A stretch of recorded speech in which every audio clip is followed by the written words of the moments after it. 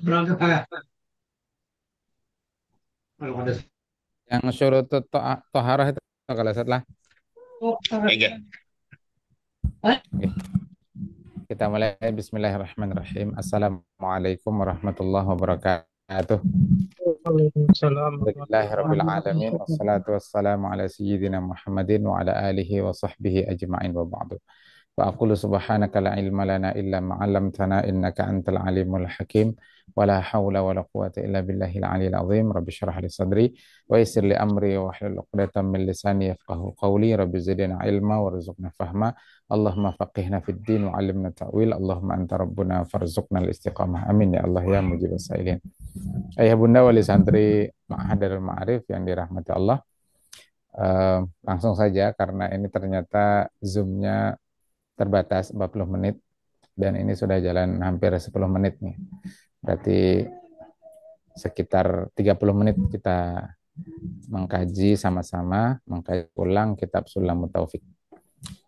Di mu'alif hadzal kitab oleh jami' masyayikhina wa asatidina wa walidina wa jami'al muslimin wal muslimat. Al-Fatihah. A'udzu billahi minasyaitonir rajim. Bismillahirrahmanirrahim. Alhamdulillahirabbil alamin. Arrahmanir rahim. Maliki yaumiddin. Iyyaka na'budu wa iyyaka nasta'in. Ihdinas siratal mustaqim. Siratal ladzina an'amta 'alaihim ghairil maghdubi 'alaihim waladdallin. Amin. Langsung bismillahirrahmanirrahim. Qala al-musannifu As-Sayyid Abdullah ibnu Husain ibnu Tahir Ba'alawi rahimahullah ta'ala wa nafa'ana Allah bihi wa bi'ulumihi fid dharaini amin. Faslun ai hadza faslun. Ya, ini adalah pasal yang membahas tentang syarat-syarat toharoh. Syurutut toharoti, syarat-syarat sahnya toharoh. Ya, ini masuk dengan syurut toharoh, yakni syarat-syarat sah toharoh, baik itu wudhu, mandi maupun tayamum. Yang pertama al-islamu, Islam. Maka tidak sah wudhu yang dilakukan oleh orang kafir. Kenapa? Li'annaha ibadatun badaniyatun li ghairi daruratin wa laysa huwa min ahlil ibadah. Karena toharoh ini adalah ibadah badaniyah, bukan ibadah harta. Lalu kemudian li ghairi darurah, dan dia tidak darurah. Nanti apa contoh yang darurah yang orang kafir itu boleh? Apa contoh ibadah yang orang kafir itu boleh sah niatnya meskipun ghairul muslim, bukan muslim. Nah, contoh di kitab Mirqatus Su'ud itu niat orang kafir yang sah, ya, meskipun dia kafir, adalah niat orang kafir yang mengeluarkan zakat fitrah untuk budaknya. Nah, itu misalkan. Jadi ada orang kafir punya budak. Nah, budaknya muslim. Budaknya ini wajib mengeluarkan zakatul fitrah. Nah, sementara budak itu karena dia milik tuannya, maka tuannya yang mengeluarkan zakatnya, ya, ikhrajuz zakah. Nah, karena tuan yang mengeluarkan zakatnya, maka yang menghadirkan niat itu juga tuannya. Nah, padahal tuannya itu kafir. Nah, itu sah seperti itu. Tapi ini bukan ibadatun badaniyatun, tapi ibadatun maliyatun. Nah, ibadah harta. Kemudian juga apa contoh sahnya niat kafir, khususnya kafiroh, yaitu mandi kalaunya haid. Nah, meskipun tadi di atas lah surat taharah secara umum adalah termasuk ghuslun, ghuslun. Nah, tapi juga ghuslul haid litamattu'. Jadi kalau seorang perempuan itu kafirah, Yahudi kah Nasrani, kan ada khilaf para ulama tentang boleh tidaknya menikahi wanita ahlu kitab Yahudi Nasrani. Eh, Sebagian ulama itu membolehkan, termasuk Syekh Taqiyuddin An-Nabhani itu membolehkan. Nah, tentu meskipun boleh, tak sepantasnya kita melakukan, ya. Ini karena, ya, khilaful aula itu, menyelisih yang utama. Nah, kalau ternyata istrinya yang ahlu kitab tadi itu haid, lalu dia hendak mandi dari hendak bersuci dengan mandi, maka itu sah niat mandinya. Karena liddarurah, ya. Liddarurah, karena ada darurat. Yaitu kalau dia hendak mandi kan dia junub. Junub dalam dianggap haid, belum suci. Nah, suaminya yang muslim itu belum bisa menggaulinya. Nah, begitu. Maka ini li darurah. Sementara toharah secara umum seperti wudhu itu disebutkan li ghairi darurah. Kemudian wat tamyiz. Syarat kedua untuk sahnya bersuci itu adalah tamyiz. Tamyiz sudah kita bahas di pertemuan sebelumnya, itu tidak mesti harus usia 7 tahun. Bisa jadi 5 tahun, bisa jadi 6 tahun. Jadi menampakkan dia itu kemandirian. Bisa makan sendiri, bisa istinja sendiri. Nah, itu tanda bahwa seorang anak itu sudah tamyiz. Ya, tidak mesti harus 7 tahun. Jadi artinya kalau anak itu sudah tamyiz, misalkan meskipun usianya 5 tahun, maka sah wudhunya. Kemudian wa adamul mani' min wusulil ma'i ilal maghsuli. Tidak adanya mani' pencegah min wusulil ma' untuk sampainya air ilal maghsul ke anggota wudhu atau anggota badan kalau itu mandi yang maghsul, yang dibasuh. Nah, meskipun di sini bukan hanya yang dibasuh, tapi juga mamsuh, tapi juga yang diusap. Nah, misalkan wudhu, apa yang dibasuh? Wudhu yang dibasuh wajah, tangan, kaki. Apa yang diusap? Kepala. Nah, itu mamsuh, diusap. Baik yang maghsul maupun mamsuh itu harus dipastikan airnya sampai ke kulit ya, orang yang mandi atau berwudu. Nah, begitu. Jadi kalau misalkan ada penghalang, misalkan ada cat cat minyak misalkan, cat minyak itu kan lengket ya, maka tidak sah wudunya, tidak sah mandinya. Atau ada pacar atau hina itu, yang misalkan itu dia menutup, ya, perlu dicek memang faktanya apakah dia menembus ke kulit atau enggak. Kalau dia tidak tembus ke kulit berarti tidak sah. Atau kalau di Fathul Mu'in itu misalkan kuku yang panjang lalu ada uh, sesuatu yang masuk dalam kuku, tanah kah misalkan. Atau dicontohkan di kitab itu keringat yang mengering kah, ya bahasa kita itu daki. Nah, bandak di bawah kuku ketika mandi atau ketika wudhu itu tidak sampai air ke kulit di bawah kuku, maka itu tidak sah juga wudhu atau mandinya. Itu maghsul. Kemudian syarat selanjutnya adalah wasailanu, wasailan. Sailan itu mengalir. Nah, kalau itu sesuatu yang maghsul, sesuatu yang dibasuh, maka itu air harus mengalir, bukan sekedar air ada atau menempel di tangan misalkan. Karena itu namanya mamsuh, tadi itu diusap. Jadi kalau untuk basuh wajah, berarti airnya itu harus mengalir. Ya, misalkan itu sepaling sedikit air itu ada di telapak tangan kita, satu telapak tangan, nah, telapak tangan kanan misalkan. Jadi, wah 2 detik lagi Sat. Ya, tapi Tinggi masih bisa nih. aja. Habis ya, tapi kok masih bisa? Lanjut Sat. Nah, jadi Sailan itu misalkan gimana? Ini air nih dalam gelas, lalu kita alirkan ke tangan sebelah kanan misalkan. Itu yang anu bisa di mute Kak Sat?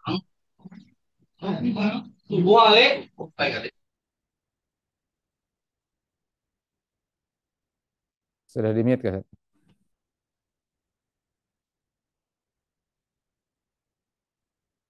Nah, jadi meskipun hanya di satu telapak tangan, ya, misalkan kita wudhu di pesawat misalkan atau di tempat tawaf dengan air yang terbatas misalkan ya.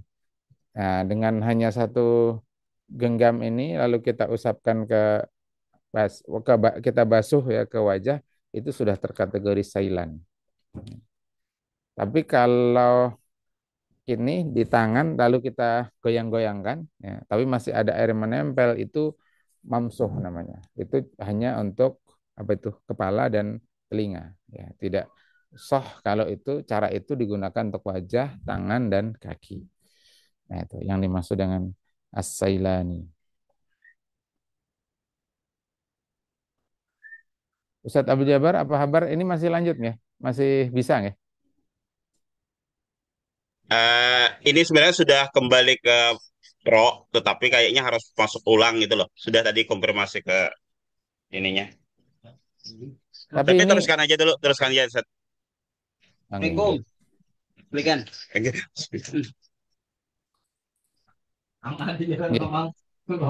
Lalu kemudian wa ayyakunal ma'u mutahhiran. Syarat selanjutnya berapa ini? Satu Islam, dua tamyiz, tiga eh, tidak adanya penghalang, empat sailan. Nah, yang kelima wa ayyakunal ma'u mutahhiran. Airnya itu mesti air yang mutahhiran, yakni air yang suci lagi mensucikan. Jadi kan ada macam-macam air tuh, kalau dalam takrib ya. Satu mutahhiran, artinya suci lagi mensucikan. Kemudian ada air uh, suci tapi tidak mensucikan. Ya. Suci tapi tidak mensucikan. Misalkan apa? Air kopi, air kelapa, air teh. Suci itu boleh diminum, tapi tidak boleh digunakan untuk mandi wajib.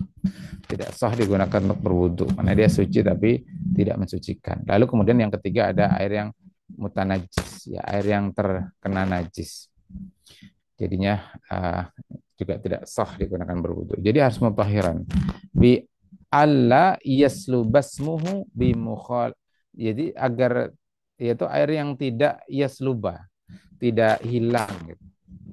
Ismuhu namanya sebagai air. Jadi yang dimaksud namanya sebagai air itu air mutlak. Jadi patokannya itu dobitnya orang itu menyebut dia air. Jadi kalau air campur kopi kan jadi air kopi. Air campur teh jadi air teh. Berarti ada takyid yaitu kopi dan teh. Air kelapa, nah itu kan air dari buah kelapa. Air tebu misalkan, nah itu air perasan tebu. Itu tidak disebut sebagai alma. Artinya yaslubu smuhu, itu hilang namanya sebagai air. Nah, gitu. Itu yang dimaksud. Nah, jadi demikian. Nah, apa yang menyebabkan dia hilang statusnya sebagai air mutlak? Itu bimukhalatati tahirin. Itu karena bercampurnya dengan benda suci. Ya, yaitu tadi contohnya kopi, teh gitu kan. Dan itu suci semua kan. Nah, bercampur ke dalam air atau tepung misalkan ya. Diaduk ke air apa lagi? Infus water kan, air campur kurma, air campur nanas. Nah, itu kan sudah tidak disebut sebagai air mutlak. Gimana kalau air ledeng? Kan ada takyid ledeng. Nah, ya ini masih kategori air mutlak karena ledeng itu untuk membedakan dia dengan air biasa itu air sungai yang tidak diproses ya tidak dilakukan proses penjernihan. Jadi air ledeng itu faktanya masih sebagai ma'ul mutlak. Jadi masih dia sah tetap digunakan untuk berwudu. Ya, jadi dengan bercampur dengan sesuatu yang suci. Bagaimana misalkan bercampur dengan yang suci berupa daun-daun pohon. Nah, itu nanti dirinci. Kalau daun pohonnya itu jatuh ya ke kolam tanpa ada unsur manusia untuk menjatuhkannya, jadi jatuh secara alami. Lalu warna airnya berubah misalkan. Maka itu masih disebut sebagai air mutlak karena sulit menghindari. Nah, lain kalau misalkan batangnya itu dipotong lalu masuk ke dalam kolam, nggak diambil, warnanya berubah. Nah, maka ini ada peran manusia. Itu hilang statusnya sebagai air mutlak. Atau sengaja diceburi daun di situ misalkan. Ya, nah itu menghilangkan statusnya sebagai air mutlak. Bagaimana kalau kemudian air itu bercampur dengan yang suci berupa ini misalkan tanah ya misalkan kalau hujan itu kan yang di sungai air hujan itu mengalir membawa tanah yang di pinggir sungai. Nah, itu menjadikan sungainya keruh misalkan. Atau sekarang itu kan karena penambangan yang ugal-ugalan di sepanjang sungai, akhirnya air sungai menjadi keruh. Nah, itu apakah masih terkategori air mutlak? Jawabannya iya, masih terkategori air mutlak. Karena satu hal yang sulit untuk dihindari. Tapi kalau masalah penambangan ini tergantung regulasi ya, tergantung kebijakan pemerintah ya, punya political will untuk mengatur supaya tidak menurunkan kualitas air sungai gitu mestinya kan. Begitu pula kalau tercampur dengan lumut misalkan. Nah, itu kategorinya masih teranggap sebagai air mutlak karena sesuatu yang sulit dihindari oleh manusia. Itu maksud di mukhalatati wahirin. Nanti dibedakan ya antara yang bercampur dengan yang mujawaroh istilahnya kalau di kitab Fathul Mu'in masuk di syarah kitab ini. Ada istilah mukhalatah, ada istilah mujawaroh. Mukhalatah itu artinya bercampur tanpa bisa dipisahkan. Ya, tentu bisa, tapi perlu proses seperti air campur teh jadi air teh. Nah, itu kan sulit dipisah. Itu mukhalatah. Nah, bisa dipisah, tapi harus melalui proses destilasi atau penyulingan. Nah, itu maka itu tidak sah tadilah. Tapi kalau misalkan air kemasukan minyak misalkan, minyak tanah kan misalkan atau minyak goreng dan di air itu masih bisa dipisahkan, yaitu mujawarah namanya. Masih bisa dipisah minyak dengan air. Nah, yang seperti ini masih boleh berwudu, masih terkategori air. Ya, tinggal diambil minyaknya, dipisahkan. Nah, maka itu mujawarah namanya. Itu sah ya, tidak mukhalatoh. Jadi yang dimaksud di sini adalah bimukhalatoti pohirin. Ya, bercampur dengan yang suci. Yastagnil ma'u anhu, yang yastagni. Jadi yastagni itu artinya kan tidak bisa dipisah gitu. Air itu jadi satu ya, anhu terhadapnya, terhadap benda yang suci tadi. Kemudian yang ketujuh, wa alla yataghayyara binajsi. Jadi air itu tidak berubah dengan benda yang najis. Jadi la yataghayyara binajisin kalau di kitab Anan ya. Bisa dibaca najisin, bisa dibaca najisin. Itu kalau airnya di bawah 2 kulah maupun lebih dari 2 kulah. Kalau di bawah 2 kulah kan nanti mau berubah atau tidak berubah. Ya, ya, kalau yang di bawah 2 kulah sekitar 200 liter lah gitu. Sekitar 200 liter, di bawah 200 liter kecampur najis berubah atau tidak air itu menjadi air mutanajis, air yang tidak bisa digunakan untuk bersuci. Adapun kalau airnya di atas 2 kulah, maka itu dirinci. Kalau najisnya itu banyak sehingga kemudian menyebabkan berubah air yang dalam wadah itu, berubah itu patokannya 1 dari 3 ketentuan. Ya. Bisa berubah warnanya, atau berubah rasanya, atau berubah baunya. Jadi muhu rasanya, rihuhu baunya, launuhu ya warnanya. Jadi warnanya asalnya jernih kok menjadi coklat misalkan. Nah, itu berarti berubah warna. Kalau lebih dari 2 kulah, lebih dari 200 liter, maka airnya tidak sah untuk digunakan berwudu. Kalau airnya itu di atas 2 kulah, kemasukan najis, dan najisnya itu tidak sampai mengubah salah satu dari 3 sifat tadi, warna, rasa, atau baunya, maka itu masih suci.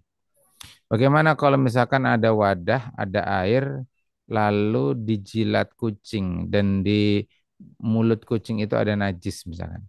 Nah, kalau najisnya itu tidak terlihat ya, meskipun airnya itu di bawah 2 kulah, tidak terlihat oleh mata normal ya, bukan berarti pakai mikroskop ya, pakai mata normal, nah itu masih dihukumi sebagai air yang suci. Nah, itu. Nah, itulah rinciannya sedikit ya. Walau taghayyuran yasiran. Nah, in kanal ma'udunal qulatain. Nah, itu meskipun perubahannya itu sedikit. Ya, hanya sedikit, asalnya jernih, agak berubah jadi coklat misalkan. Kalau airnya itu di bawah 2 kulah. Nah, zida alla yulaqiyahu najisun gitu. Ghairu ma'fuwin anhu. Jadi jika ditambahkan alla yulaqiyahu najsun, ya, dengan sesuatu yang eh, apa? Sebentar. Jika ditambahkan dengan sesuatu yulaqi.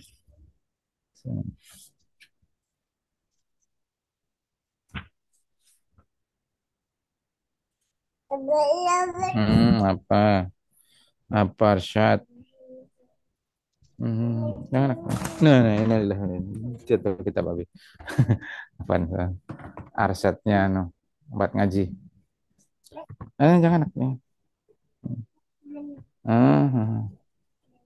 Iya, iya, iya, iya. Jangan ambil ading nak. Adingnya ikut ngaji.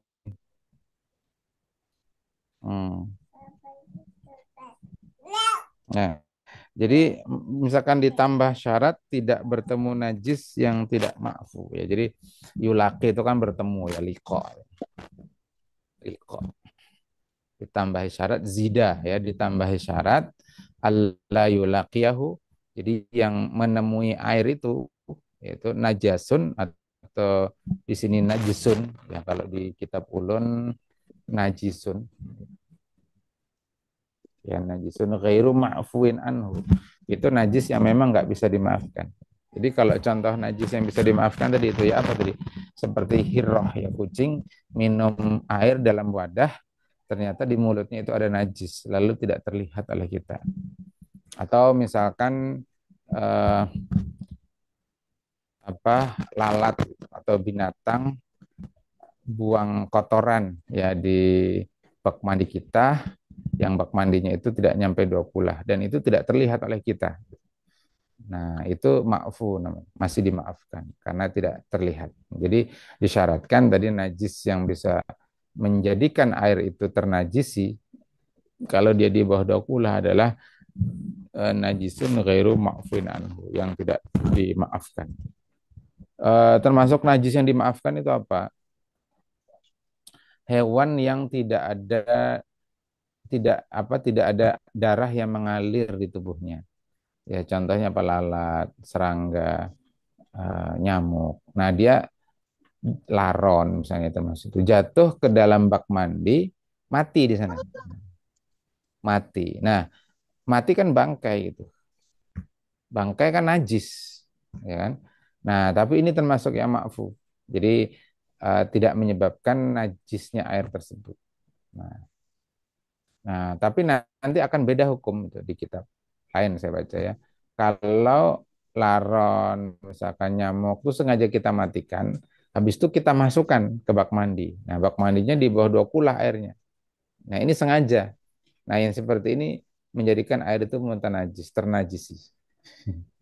Nah, nanti dibedakan, ya, ada najis yang cair, ya, ada yang jamit, ada yang keras. Ya, misalkan tikus, misalkan, ya, kan mati bangkai, dia kecebur di bak mandi, lalu kita ambil tikus itu. Nah, air yang tersisa itu suci karena dia tadi, ya, bendanya jamit. Lain hal kalau kucing pipis misalkan di bak mandi yang di bawah 20, itu kan cair. Itu tidak bisa. Untuk cicak ada khilaf, Ustaz. Nanti kita bahas, ya, ditanya jawab. Perlu lanjutkan dulu supaya selesai.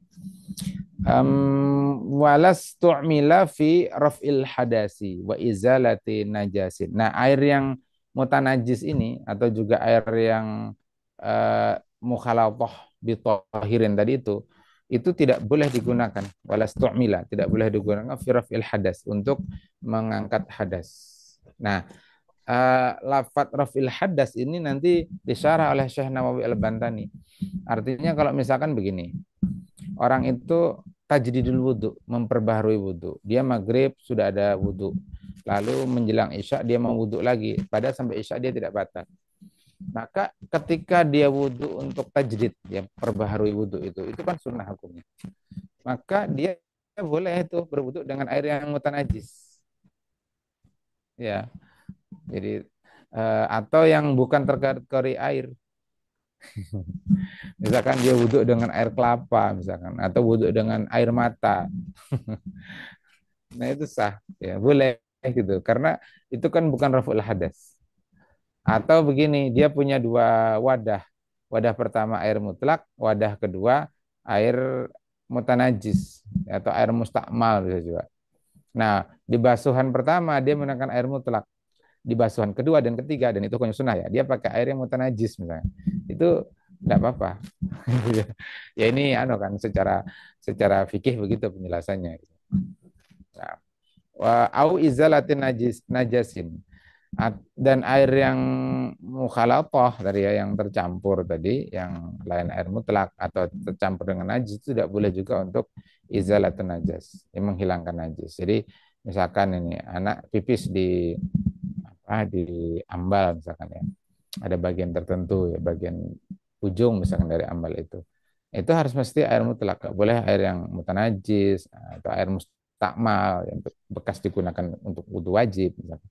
Ya, jadi meskipun nanti izalatun najasah ini kan tidak harus niat sebagaimana wudhu, tidak perlu niat nawaitu li izalatin najas, itu tidak perlu. Ya. Kalau mau niat supaya hanya karena Allah ya cukup nawaitu lillah gitu aja kan. Aku berniat melakukan ini karena Allah. Sama ke orang akan nikah itu kan sebenarnya tidak perlu niat khusus. Ya, tapi biasanya di awal saat akan nikah dibimbing oleh penghulu, luruskan niat nawaitu lillah. Jadi maksudnya amalnya itu karena Allah, itu bukan niat dalam arti yang menjadi syarat sahnya akad nikah, bukan. Nah, wa man lam yajidil ma'a, siapa orang yang tidak mendapati air, ya, jadi sudah mencari ya ke sana kemari, ada jarak-jarak tertentu itu misalkan keran mati ya. Lalu intinya dia nggak dapat air, au kana yadurruhul ma'u, atau kalau dia menggunakan air itu akan membahayakan dirinya. Kalau dia sakit misalkan kena air tambah parah sakitnya. Itu atau menurut dokter akan lambat proses penyembuhannya. Misalkan orang luka gitu kan, itu lambat penyembuhannya kalau kena air misalkan. Nah, atas saran dokter jangan pakai air. Nah, maka tayammama ba'da dukhulil waktu. Maka dia boleh bertayamum setelah masuknya waktu sholat. Jadi tayamumnya itu bukan sebelum masuk waktu sholat. Jadi kalau zuhur sekarang jam 12.09, itu 12.09 boleh tayamum. Tapi kalau masih 12.08 belum boleh. Bahkan misal dia bertayamumnya 12.08, usap wajah 12.08, lalu usap tangan 12.09, itu tetap tidak sah. Tetap tidak sah apa tayamumnya. Kalau orang jamak takdim gimana? Kan jamak takdim eh, waktunya belum masuk gitu. Nah, yang penting perlu dipahami satu tayamum itu untuk satu sholat. Jadi kalau dia jamak takdim berarti untuk sholat zuhur dia satu kali tayamum, untuk sholat asar dia tayamum lagi. Nah itu boleh meskipun waktu asarnya belum masuk. Ya belum masuk waktu sholat asar. Ketika hendak melaksanakan sholat asar. Kenapa? Karena ada rukhsah ya ini bolehnya jamak takdim. Nah, mana tadi? Nah, jadi syaratnya ba'da dukhulil waktu. Kemudian wazawalin najasati. Nah, lalu yang kedua syarat umum itu harus hilang najis dari tubuhnya. Jadi kalau ada najis di tubuhnya, itu dia bertayamum tidak sah. Nah, padahal izalatun najasah itu harus dengan air. Tadi kan tidak ada air. Ya gimana itu? Menurut satu pendapat yang asah dalam mazhab Syafi'i tidak sah tayamumnya kalau ada najis di tubuhnya. Maka berarti solusinya dia cari air meskipun sedikit sekedar untuk menghilangkan najis. Setelah itu baru tayamum. Gimana kalau najisnya dibersihkan dengan dengan nah itu beda bab. Tayamum itu untuk uh, taharah bukan untuk izalatun najasah ya, untuk ganti mandi wajib atau ganti untuk ganti wudhu, bukan untuk menghilangkan najis. Dan faktanya debu itu tidak menghilangkan najis gitu kan. Kalau anu batu malah kan dihilangkan najisnya dengan batu atau benda-benda lain, intinya kan bisa dihilangkan dulu. Baik, intinya mesti dihilangkan najis baru kemudian dia bertayamum. Jadi syaratnya adalah ba'da izalatin najasah. Nah, lalu kemudian ini selesai itu untuk dua itu syarat untuk tayamum. Lalu syarat sah Wa ma'rifatil kiblah. Nah, di sini disebut wa ma'rifatil kiblah, mengetahui arah kiblat. Nah, ini sebentar, ulang lihat syarahnya. Kenapa kemudian dimasukkan sebagai syarat sih? Syarat ma'rifatul kiblah. Mana tadi?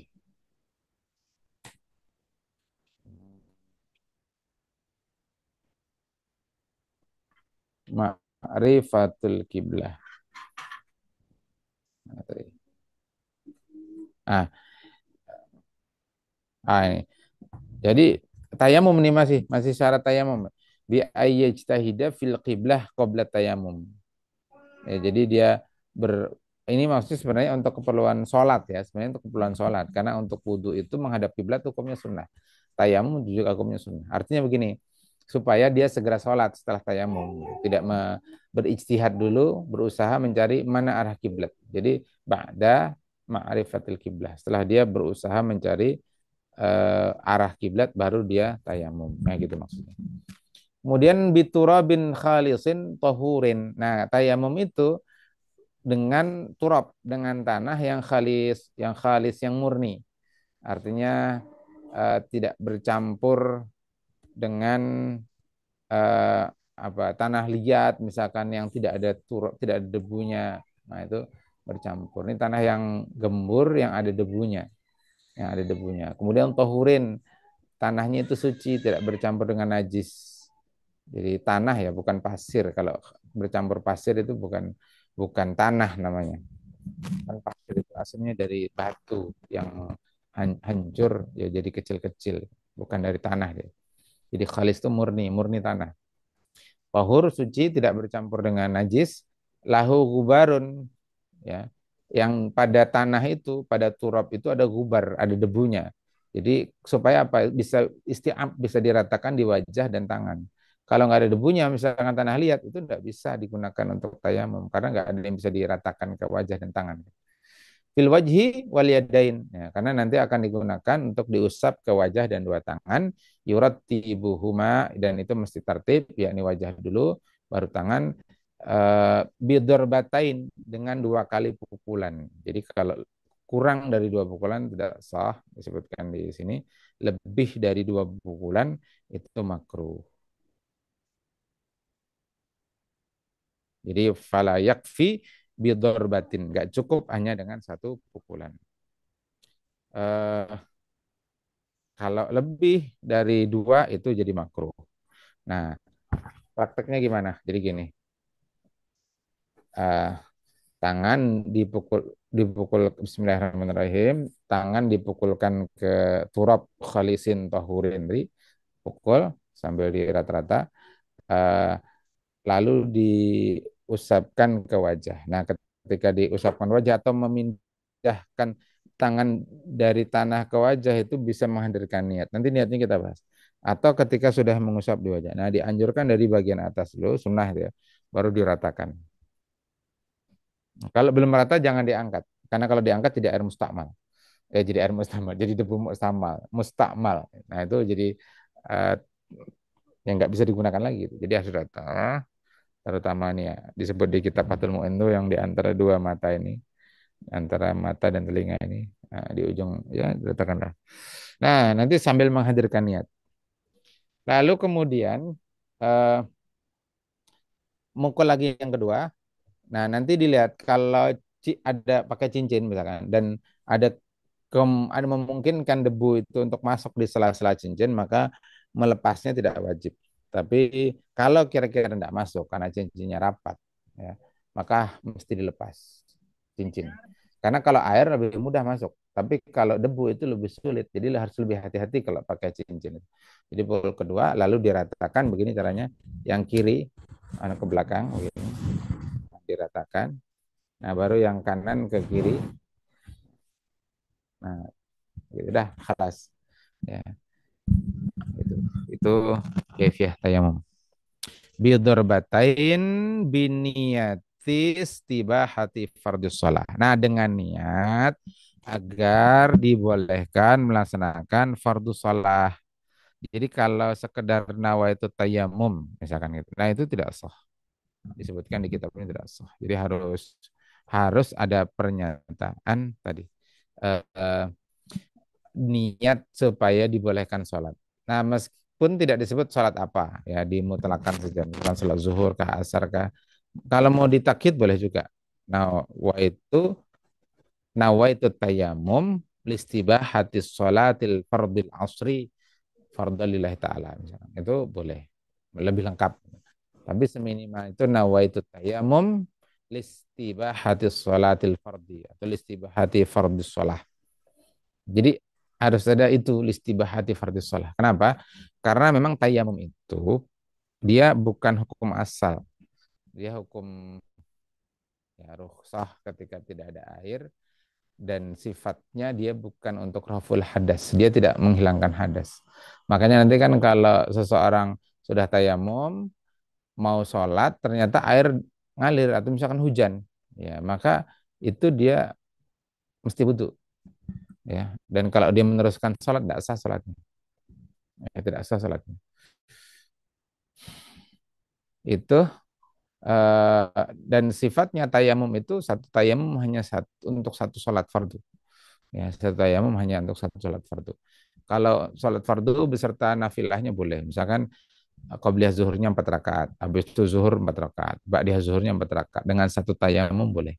Tapi kalau kemudian dia satu tayamum tadi untuk zuhur sekaligus asar tidak boleh, tidak sah asarnya karena tidak sah tayamumnya.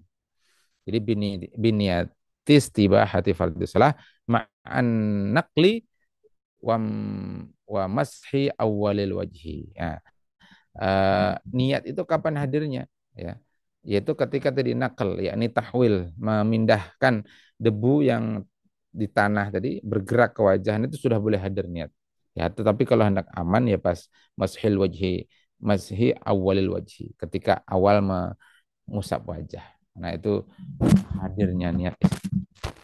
Nah, demikian yang bisa Al-Fakir sampaikan. Mudah-mudahan yang sedikit ini bermanfaat. Tadi ada pertanyaan kalau cicak. Cicak itu bagaimana ya? Cicak itu ada khilaf para ulama. Ada sebagian ulama mengatakan cicak itu tidak ada darah mengalir padanya. Seingat kami itu Imam An-Nawawi termasuk yang berpendapat demikian. Maka kemudian cicak itu eh, tubuhnya tidak najis gitu. Seperti tadi, kalau dia masuk mati dalam bak mandi itu tidak menajisi air dalam bak mandi itu. Tapi ada juga pendapat ulama lain mengatakan cicak itu tidak termasuk. Kenapa? Karena wazak atau cicak itu ternyata setelah diteliti ada ini, ada bilik-bilik jantungnya gitu. Nah, kalau dia punya bilik jantung, maka kata ulama yang mengatakan ini berarti dia mengalirkan darah. Kalau begitu berarti dia termasuk yang tidak dikecualikan, tidak maafu. Maka itu hukumnya. Jadi ada khilaf memang ya tentang persoalan. Wallah taala. Kemudian ada pertanyaan,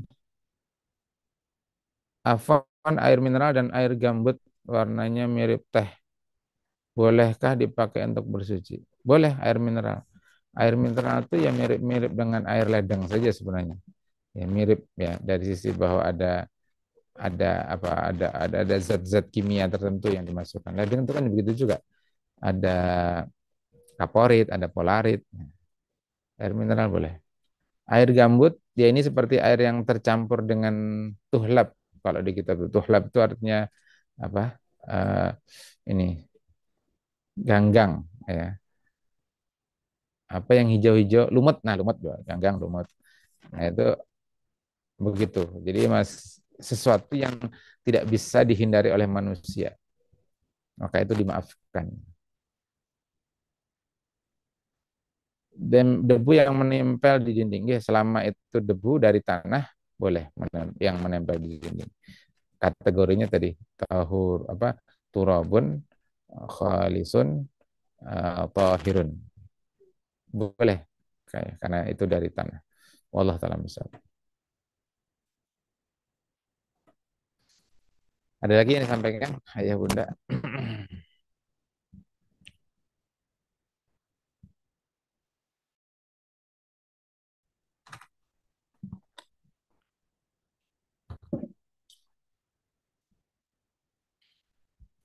Katanya di pesawat tidak ada bunyi. bagaimana tayamum? Ya, nggak usah tayamum di sana, Ustaz. Berwudu saja di pesawat. Ada sebagian orang itu memberikan solusi dengan membawa debu. Jadi dari Banua debu dibuat ke plastik atau di kertas gitu dibawa ke pesawat. Itu ada yang berpendapat demikian. Ya karena di pesawat nggak ada debu. Tapi ya itu resikonya mengotori pesawat. Nah, lebih mending itu wudhu saja di pesawat ya. Berwudhu dengan bisa membawa air sendiri kalau lolos di imigrasi. Kalau nggak lolos, tapi biasanya kalau di bawah 100 mili boleh. Ya, masih boleh pakai air spray itu. Atau eh, lalu wudhu di tadi itu dengan setengah gelas air ini sebenarnya wudhu itu cukup. Ada video Buya Yahya mempraktekkan itu, ini kan 220 ml, berarti 110 mililiter itu separuhnya, ini kan itu cukup nih. Buya Yahya mencontohkan. Jadi caranya gimana? Ya pakai anduk di paha gitu. Kalau kita duduk, dan masih duduk, lalu berwudhu seperti biasa. Jadi yang wajib-wajib aja dan sekali-sekali aja. Jadi di tangan, jadi gini kan. Nah, ini kita tuang ke kanan, habis itu eh, anukan ke sini, nah, ratakan. Nah, itu satu kan. Habis itu tangan kiri, anukan ke kanan. Supaya tidak membasahi lantai pesawat, pakai tadi anduk gitu. Atau ini bawa shawl atau ridak kan yang kiri. Itu kalau kepala kan bebas saja mau di sini kan sedikit-sedikit ya. Sehelai rambut pun lama sapi boleh. Belakang boleh. Kalau perempuan ya harus di posisi eh, kepala gitu kan karena yang dimaksud itu kepala. Wamsahu biru'usikum. Jadi kalau rambutnya panjang sampai ke pinggang, nggak boleh yang diusap yang di pinggang.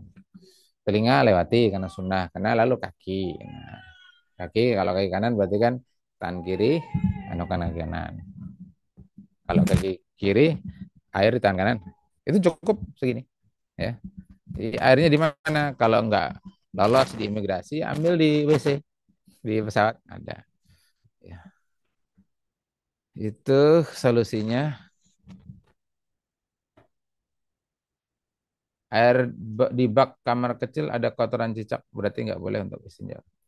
Oke, kalau baknya kecil, yang misalkan ada bak khusus untuk istinja ya, biasanya kan ada bak mandi itu ada yang ukuran besar untuk mandi, ada ukuran kecil untuk istinja. Kalau ada kotoran cocok, cicak, cicak ya maka itu tidak sah karena kecil tadi kan dia di bawah 20 lah ya. Sedikit gak banyak kah kayak cicaknya? Satu kah dua? Nah itu sudah terkategori menjadikan air itu menjadi najis karena bercampur najis. Jadi buang, dibersihkan, ganti dengan air yang baru atau ditutup itu kan supaya menghindari dan menutup itu di kitab Takriratus Sadidah itu dianjurkan ya bak mandi itu ditutup karena di kitab itu disebut setiap tahun itu ada penyakit yang turun dari langit setiap tahun itu dan dia bisa mengenai bak mandi itu di antaranya. Maka kalau kita mandi pakai air itu bisa terkena penyakit. Jadi dianjurkan sebenarnya bak mandi itu ditutup. Kalau di takrirat karena niatnya itu ya supaya terhindar penyakit itu sebenarnya nggak mesti harus ditutup sempurna, bahkan ditutup dengan hanya satu tongkat saja itu menghalangi ya cukup. Nah, tapi kalau niatnya tadi supaya tidak terkena najis, ya berarti harus ditutup sepenuhnya, tutup full. Oke, gitu Ustadz ya. Ustadz Abah dari Ananda, siapa tadi namanya? Khairina Sofia Az-Zahra. Nah, ini putri beliau yang keberapa, Bian? Keempat kah? Keempat, Ustaz. Alhamdulillah. Putri Nurul, putri yang di pondok, putri. Ini putri lagi empat kah, Bian, putrinya? Tiga, Ustaz. Oh, tiga. Jadi Yang nomor tiga putra berarti ya? nomor satu putra. Oh iya, yang di Baron ya. Oh iya, nomor satu putranya Hmm. Baron. Iya, iya, iya. Iya. Alhamdulillah. Ya gitu, Set, jawabannya. Wallah ta'ala. Sebentar. Afwan.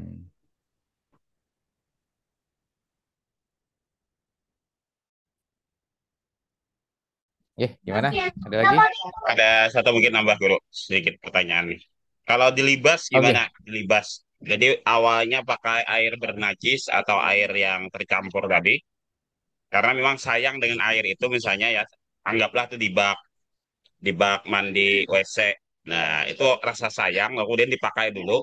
Nanti di akhir, di 2 atau 3 kali basuhan akhir itu pakai air yang mengalir. Jadi itu hanya untuk pembuka saja. Nah, itu boleh seperti itu ya. Artinya di akhir diakhiri Pembukanya dengan air yang suci. akhirnya air suci. Mm-mm. Ya. Jadi itu sebagai pembuka awal Itu aja. Atau itu malah ya. memperbanyak, memperluas najis atau seperti apa itu hitungannya seperti itu. Ya kalau ini libas dia maksudnya membilas gitu Kak. Lain libas bahasa Arab. Iya, membilas, membilas ya. Nih kak ingat kagenangan bahasa baik anu kandangan nah mau balik. Iya, ya Kalau libas membilas ya. libas bahasa Arab itu kan artinya baju ya. Iya, ya membilas ya membilas atau mana lah artinya ditutup dengan air bersih seperti itu lah. Masih Ya, ya. terbawa-bawa melibas ya. Membilas ya atau Iya, iya. ya intinya membasuh akhir akhir lah gitu dengan air suci. Oke. Bisa aja Ustaz. Jadi intinya kan berarti niat, sebenarnya nggak perlu niat kan, izalatun najasah itu intinya adalah hilangnya najis. Nah, tentang hilangnya najis itu khilaf nanti ulama, apakah harus dengan air, apakah boleh dengan benda-benda lain. Syekh Waidah itu misalkan di kitab Al-Jami' li Ahkami Shalah juz pertama, beliau mengatakan, ini beliau ya pendapat beliau, beda dengan madzhab Syafi'i nanti. Itu izalatun najasah itu bisa dilakukan dengan apapun, tidak mesti dengan air. Misal dengan dijemur, ya kan, kalau ada ambal mau dicuci basah hari ngalih karing misalkan lalu dijemur. Nah, itu kalau menurut pendapat beliau dan sebagian pendapat mazhab begitu, sebagian mazhab asal sudah hilang baunya, eh, rasanya, warnanya misalkan kena najis tadi itu, meskipun dengan penjemuran itu cukup sudah izalatun najis. Atau dibakar misalkan kalau ada di benda apa gitu yang bisa dibakar itu, lalu dengan dibakar itu lalu kering lalu lepas najisnya, atau dikerik misalkan. Nah, tapi kalau dalam mazhab Syafi'i ya, izalatun najasah itu mesti dengan air. Ya, mesti dengan air, tidak sah dengan yang lain. Nah, itu makanya eh, tilam misalkan ya. Karena kami anak, nah itu ya berarti harus disemprot itu ya, supaya terkena air. Karena dalam mazhab Syafi'i sepanjang pengetahuan kami itu sahnya izalatun najasah itu dengan air.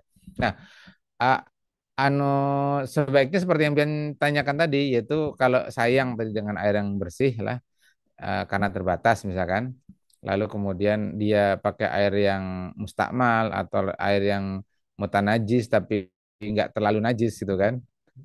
Sedikit saja misalkan lalu itu dipakai, lalu terakhir membilasnya pakai air mutlak, sah ya, sah intinya hilang najisnya dengan air mutlak di bagian akhir tadi kan, sesuai pertanyaan dia, sah boleh.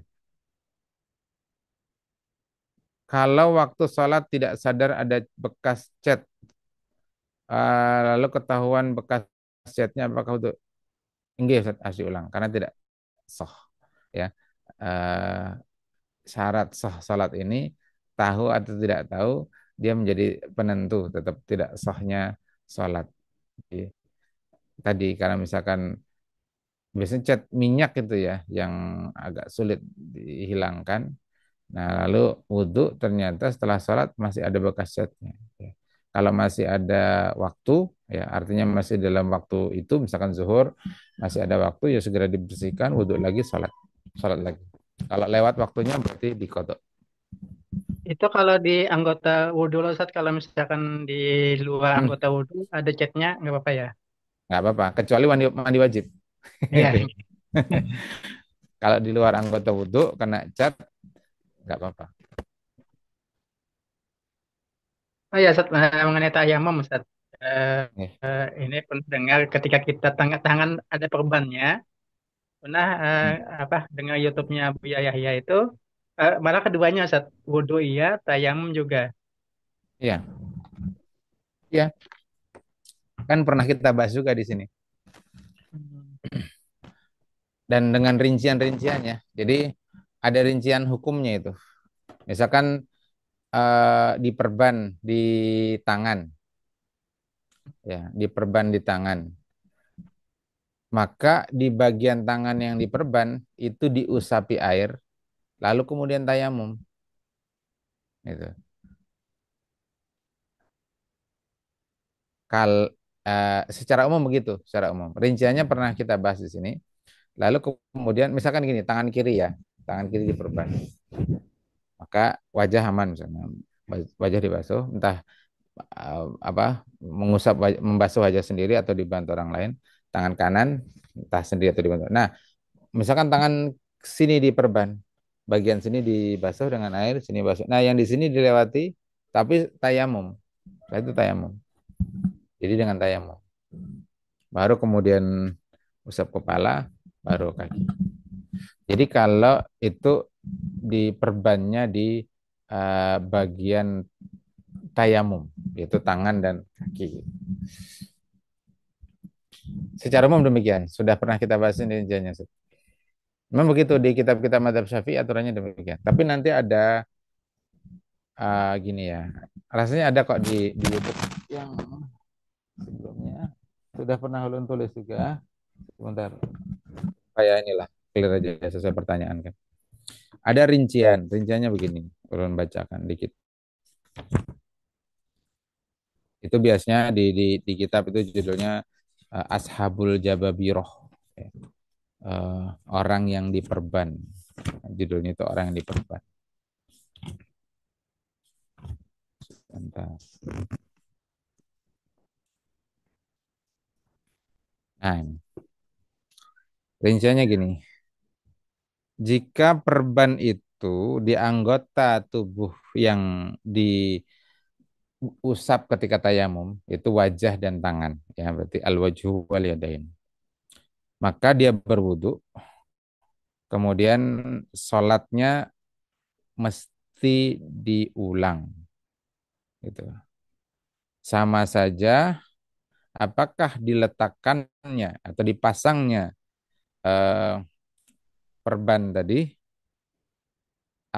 saat dia sudah bertoharoh sebelumnya, suci sebelumnya, atau dia belum bersuci. Ya, misalkan berangkat di perjalanan, wudhu dia. Nah, lalu ternyata kecelakaan. Ya, qadar Allah dia kecelakaan. Nah, lalu kemudian dipasang perban. Masih dalam keadaan suci. Nah, di perbannya di mana? Di tangan. Nah, maka wudhu lalu kemudian di diulang sholatnya. Nah, itu kalau di anggota tayamum.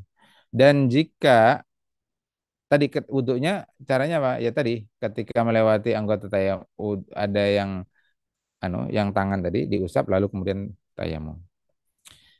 Kemudian kalau bukan di anggota tayamum, kaki misalkan. Nah, contoh kaki itu, kaki. Kaki kan tidak diusap ketika tayamum. Nah, jika perbannya itu ya hanya di bagian yang luka misalkan, tidak melebar ke bagian lain, khusus di bagian yang luka. Maka hendaknya dia berwudu lalu bertayamum ketika sampai pada bagian yang diperban tadi, mengusapnya dengan air ya, lalu tayamum, lalu dia sholat dan tidak ada kewajiban dia untuk mengulang sholatnya. Jadi beda itu ya. Kalau yang pertama tadi kan eh, perban di tangan atau di wajah itu atau tayamum. Ini di kaki misalkan contoh. Nah, itu tidak ada kewajiban mengulang. Nah, itu sama saja apakah dipasangnya perban itu dia dalam keadaan suci atau dalam keadaan tidak bersuci.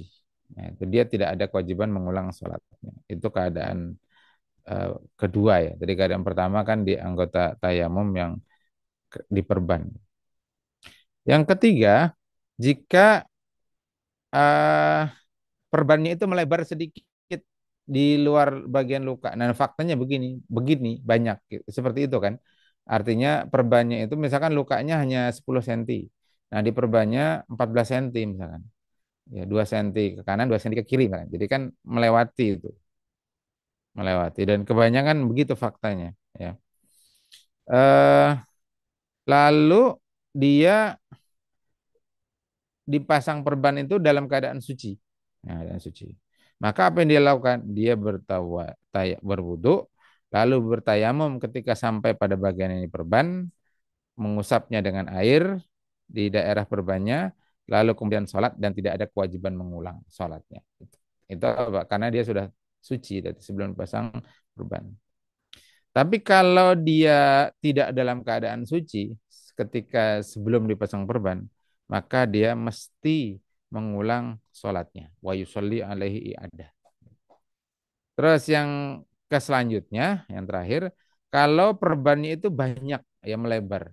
Misalkan lukanya 15 cm, dipasang perban 40 cm misalkan. Maka dia berwudu, bertayamum ketika melewati bagian yang diperban, dilewati air juga di bagian ini perban, kemudian sholat, dan wajib dia mengulang sholatnya. Karena banyak bagian yang nggak kena air gitu loh masalahnya. Karena tertutup perban. Nah, dia mesti mengulang sholatnya, baik dia dipasang perban itu dalam keadaan sudah bersuci atau dalam keadaan tidak suci. Nah, gitu rinciannya. Detailnya begitu, Ustaz. Wallah ta'ala misal. Itu di kitab Imta' Najib Syarah Matan Ghayah wa Taqrib karangan Syekh Hasan Kamil Azhari Asy-Syafi'i. Baik, mungkin demikian ya. Sudah hampir 1 jam obrolan kita, diskusi kita. Ya, kita tutup dulu majelis ini ya dengan doa kafaratul majelis. Setelahnya kita bisa ngobrol-ngobrol terkait dengan kondisi pondok dan anak-anak di pondok. Hadza akhiruhu wa sallallahu alaihi Muhammadin sallallahu alaihi wasallam subhanakallahumma bihamdik asyhadu an la ilaha illa anta astaghfiruka wa atubu ilaik hadanallahu ajma'in wa afa minkum.